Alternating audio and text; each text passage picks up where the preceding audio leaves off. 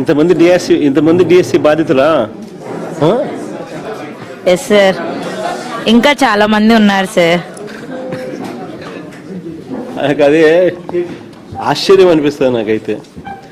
మన హయాంలో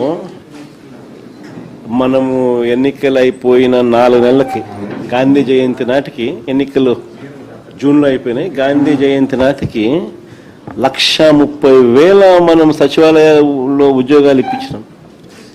ఒక్క క్రిటిసిజం రాలా, ఒక్కడంటే ఒక్కడు కూడా క్రిటిసైజ్ చేసే పరిస్థితికి మనం ఛాన్స్ ఇవ్వాల. అంత ట్రాన్స్పరెంట్గా చేసినాం. 1,30,000 ఉద్యోగాలు, ఈడ 16,000 ఉద్యోగాలకు దీనికి రకరకాలుగా దాన్ని తిప్పి ఇంత కాంట్రవర్షియల్ చేసి అమ్ముకునే కార్యక్రమం దాకా తీసుకుపోవడం అంటే నాకు ఆశ్చర్యం అనిపిస్తుంది. దాన్ని నడిపించిన తీరు.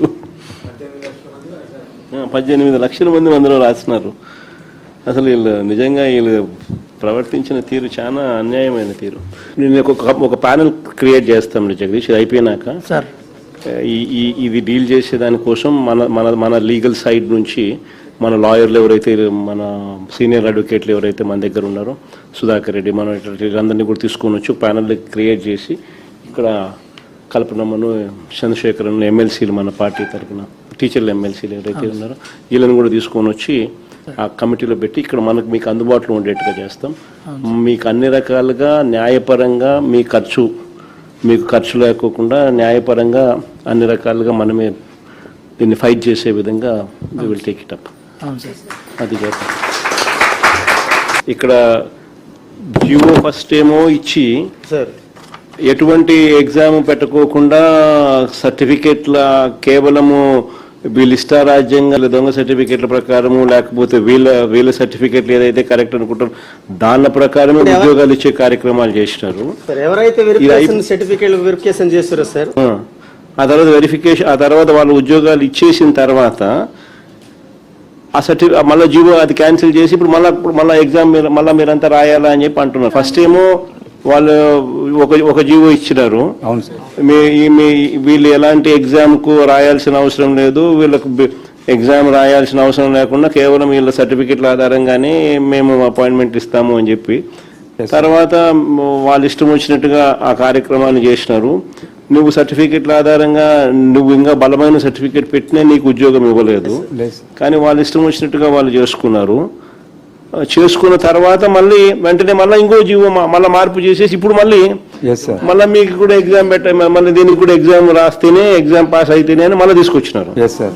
ఎవరికి మేలు చేసేందుకు ఫస్ట్ జీవో తీసుకొచ్చినారు. తర్వాత ఎవరికి మళ్ళీ వాళ్ళ పని అయిపోయిన తర్వాత మళ్ళీ వెంటనే గేట్ ఎత్తినారు. మళ్ళీ పని అయిపోయిన తర్వాత మళ్ళీ గేట్ మూసినారు. At the end of the day ఒకటి గుర్తుపెట్టుకోవాల్సింది ఏంటంటే, ఎవరైతే ఎలిజిబుల్గా ఇప్పుడైతే బాధితులుగా ఎవరైతే ఉన్నామో కోర్టులకు తలుపులు తట్టే కార్యక్రమం చేస్తూ ఉన్నాము. అన్ని రకాలుగా మీ న్యాయ సహాయము, న్యాయ పోరాటం మీతో పాటు కలిసికట్టుగా వైఎస్ఆర్ కాంగ్రెస్ పార్టీ తరఫున లీగల్ సెల్ మొత్తం మీకు అండగా ఉండి నడిపిస్తుంది. We will all stand by you. ఇది ఒకటే కాదు,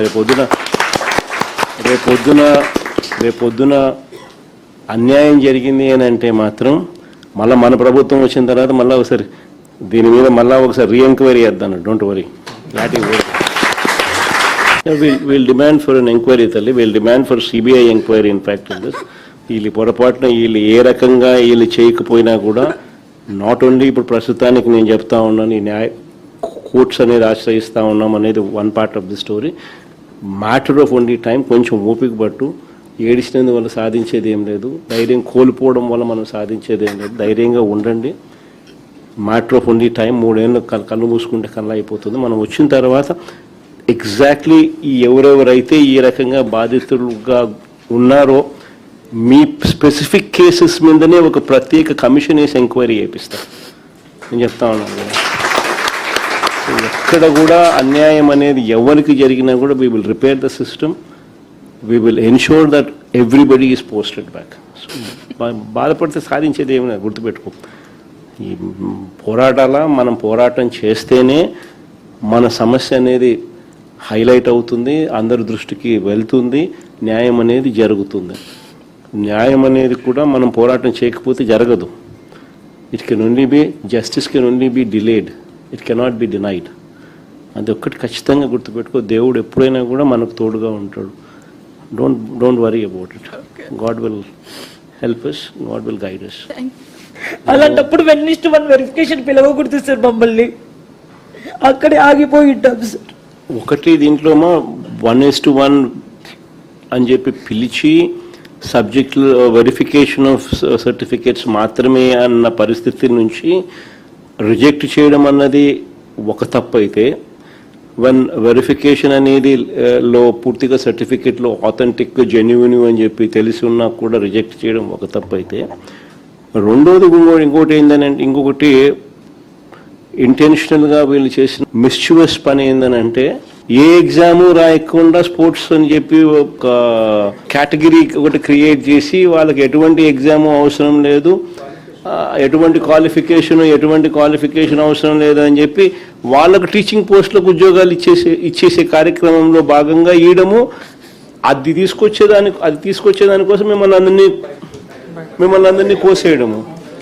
దాని తర్వాత మళ్ళీ సేమ్ థింగ్ను మళ్ళీ క్రిటిసిజం వస్తుందేమో అని చెప్పి వాళ్ళ పని అయిపోయిన తర్వాత మళ్ళీ గేట్లు మూసేసినారు. మళ్ళీ కొత్త ఇంకో జీవో ఇచ్చి లేదు ఇప్పుడు ఖచ్చితంగా వీళ్ళు కూడా ఎగ్జామ్ రాయాల్సిందే అని చెప్పి వాళ్ళకి మాత్రం వర్తించదంట, ఇక మీదట మాత్రం ఎవరికైనా కానీ వర్తిస్తుందట అని చెప్పి తీసిన. అంటే దాని అర్థమైంది, వాళ్ళందరితో వీళ్ళు మాట్లాడుకొని వాళ్ళందరితో వీళ్ళు ప్రలోభాలకు రకరకాల ప్రలోభాలతో తీసుకున్న తర్వాతనే జరిగింది. అది ఇంకొక ఫ్లా. 3 months బయటికి రాలేకపోయాం సార్, అసలుకి చాలా సఫర్ అయ్యాం సార్. నాతో పాటు మా పేరెంట్స్ కూడా సఫర్ అయ్యారు సార్. ధైర్యంగా పడతారు, ధైర్యంగా మరి ఇవన్నీ ఏం కావాలి.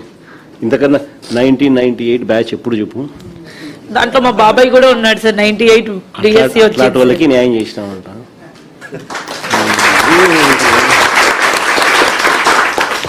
దీని గురించి బాధపడతావు ఎందుకు, కొంచెం ఓపిక పట్టు. Thank you sir. ఎన్ని పద్ధతుల్లో వీళ్ళు చేసినారు స్కాములు అని చెప్పడానికి నిదర్శనాలు, ఫస్ట్ ర్యాంక్ వచ్చిన వానికి, జిల్లాలో ఫస్ట్ ర్యాంక్ వచ్చిన వానికి ఉద్యోగం ఇలా. ఎందుకు ఉద్యోగం ఇవ్వలేదు అని అంటే వీళ్ళు చెప్పేది వెరిఫికేషన్కి రాలేదని. వెరిఫికేషన్కి రానోడు కోర్టుకు పోయి నాకు ఉద్యోగం ఎందుకు ఇవ్వడం లేదు అని చెప్పి కోర్టుకు పోయి కార్యక్రమం చేసినాడు అని అంటే, ఫస్ట్ పేపర్లు లీక్ కాడ నుంచి జరుగుతూ ఉంది. ఇలా కావలసిన వాళ్ళకు ఫస్ట్ పేపర్లు లీక్ ఇచ్చి కొంతమందిని తెచ్చుకునే కార్యక్రమం, తర్వాత రకరకాల పిచ్చి జియోలు ఇచ్చి ఎలాంటి క్వాలిఫికేషన్ అవసరం లేదు అని చెప్పి ఏకంగా జియోలు ఇష్యూ చేసి గేట్లు ఎత్తడము, గేట్లు తీసేయడము, ఆ పద్ధతిలో కూడా మళ్ళీ తీసుకొచ్చే కార్యక్రమం చేయడంతో గందరగోళం క్రియేట్ చేసినారు. సో ఇక్కడేమో 1:1 అని చెప్పి పిలిచి సర్టిఫికెట్స్ వెరిఫికేషన్ మాత్రమే ఫార్మాలిటీ అనేది పెండింగ్లో ఉండగా, సర్టిఫికెట్లన్నీ పర్ఫెక్ట్గా ఆథెంటిక్గా ఉన్నాయని తెలిసినా కూడా మళ్ళా ఉద్యోగం ఇవ్వకోకుండా ఎగరగొట్టే కార్యక్రమాలు చేసినారు.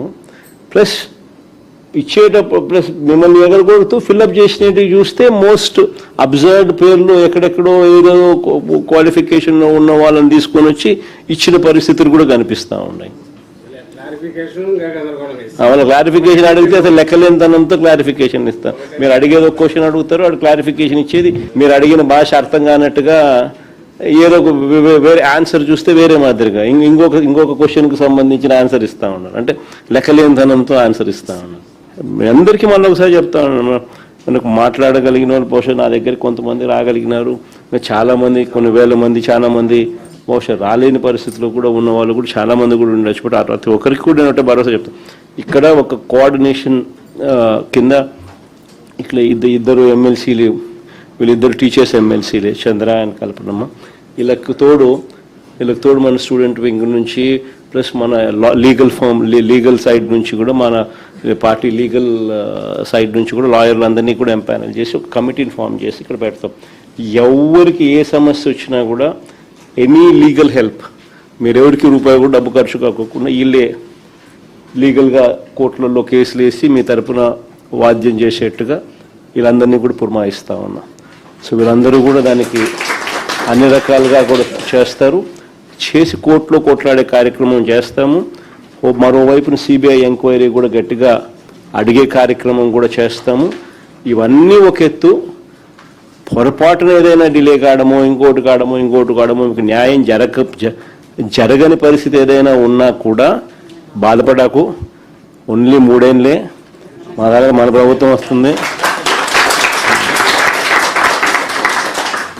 వచ్చిన వెంటనే ఒక కమిటీ వేస్తాము, మీ అన్ని కేసెస్ దానికి రెఫర్ చేస్తాము, చేసి ప్రతి ఒక్కరికి కూడా న్యాయం జరిగేట్టుగా 98 బ్యాచ్ ఏ రకంగా న్యాయం జరిగిందో మీ అందరికీ కూడా మళ్ళీ ఖచ్చితంగా అర్హత ఉన్న ప్రతి ఒక్కరికి కూడా మీ అందరికీ న్యాయం జరిగేట్టుగా కూడా చేస్తాం. అది కూడా గుర్తుపెట్టుకోండి. అది అట్టాకు జరుగుతుంది 3 ఏళ్ళ తర్వాత. ఈ లోపల మనం చేసే పోరాటం కూడా ఆగకుండా కోర్టుల ద్వారాను సిబిఐ ఎంక్వైరీ డిమాండ్ చేస్తూ ఇవన్నీ కూడా చేస్తూ మనం చేసేటివన్నీ కూడా చేస్తా పోతాం. సో 2 కూడా చేస్తాం. అందరికీ కూడా ఒకటే అష్యూరెన్స్ ఇస్తాను. ఇంతకుముందు నేను చెప్పినట్టుగానే కొంచెం ఓపిక పట్టండి. పోరాడితేనే మనం సాధించుకోగలుగుతాం. ఆ విషయంలో 4 అడుగులు ముందుకేస్తాం.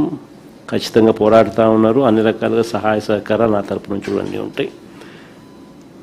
ఇది డిలే అయినా మనము న్యాయం సత్వరమే రాకపోయినా కూడా బాధపడాల్సిన అవసరమే లేదు. కన్ను మూసుకుని కన్ను తెరిచేసరికి 3 ఏళ్ళు అయిపోతుంది. అయిపోయిన వెంటనే మనం అధికారంలోకి దేవుని దయ వల్ల ఖచ్చితంగా వస్తాం. వచ్చిన వెంటనే కమిటీ కాన్స్టిట్యూట్ చేస్తాను. మీ అన్ని కేసెస్ దానికి రెఫర్ చేస్తాను. 1:1 కింద పిలిచి వెరిఫికేషన్ ఆఫ్ డాక్యుమెంట్స్ మాత్రమే పెండింగ్లో ఉన్న పరిస్థితుల్లో మీ అందరికీ కూడా జెన్యున్ డాక్యుమెంట్స్, ఆథెంటిక్ డాక్యుమెంట్స్ ఉన్న పరిస్థితి ఉన్న నేపథ్యంలో ఉన్న వాళ్ళందరికీ కూడా ఖచ్చితంగా జరిగించాల్సింది జరగాల. కానీ తప్పులు జరగడం వల్లనో ఇంకొక దాని వల్లనో నష్టపోయిన వాళ్ళందరికీ కూడా అవసరమైతే ఎక్స్ట్రా పోస్ట్ అయినా క్రియేట్ చేసైనా కానీ మీకు మంచి చేస్తాను.